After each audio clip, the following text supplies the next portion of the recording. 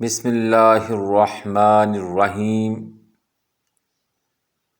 حدیث نمبر 6986، صحیح مسلم حدیث صحیح۔ حضرت ابو ہریرہ رضی اللہ تعالی عنہ سے، اور انہوں نے نبی کریم صلی اللہ علیہ وآلہ وسلم سے روایت کی کہ آپ صلی اللہ علیہ وآلہ وسلم نے اپنے رب عزوجل سے نقل کرتے ہوئے فرمایا، ایک بندے نے گناہ کیا، اس نے کہا اے اللہ میرا گناہ بخش دے، تو اللہ تبارک و تعالیٰ نے فرمایا میرے بندے نے گناہ کیا ہے، اس کو پتہ ہے کہ اس کا رب ہے جو گناہ معاف بھی کرتا ہے اور گناہ پر گرفت بھی کرتا ہے۔ اس بندے نے پھر گناہ کیا تو کہا میرے رب میرا گناہ بخش دے، تو اللہ تبارک و تعالیٰ نے فرمایا میرا بندہ ہے، اس نے گناہ کیا ہے تو اسے معلوم ہے کہ اس کا رب ہے جو گناہ بخش دیتا ہے اور چاہے تو گناہ پر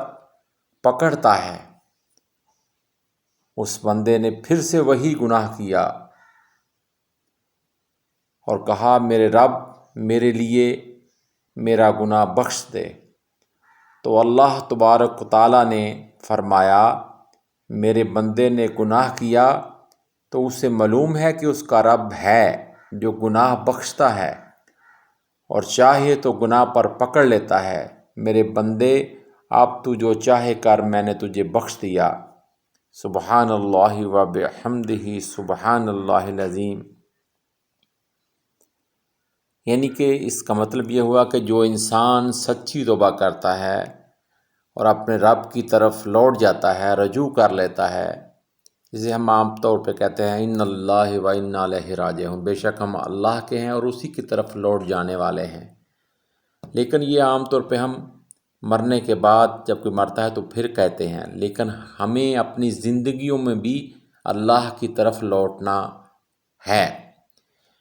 اور جو زندگی میں اللہ کی طرف لوٹ جاتا ہے یعنی کہ اللہ تعالیٰ کے احکامات اور اس کے نبی کریم صلی اللہ علیہ وسلم کی سنت کو پر عمل کرتا ہے، تو اللہ تعالیٰ اس کے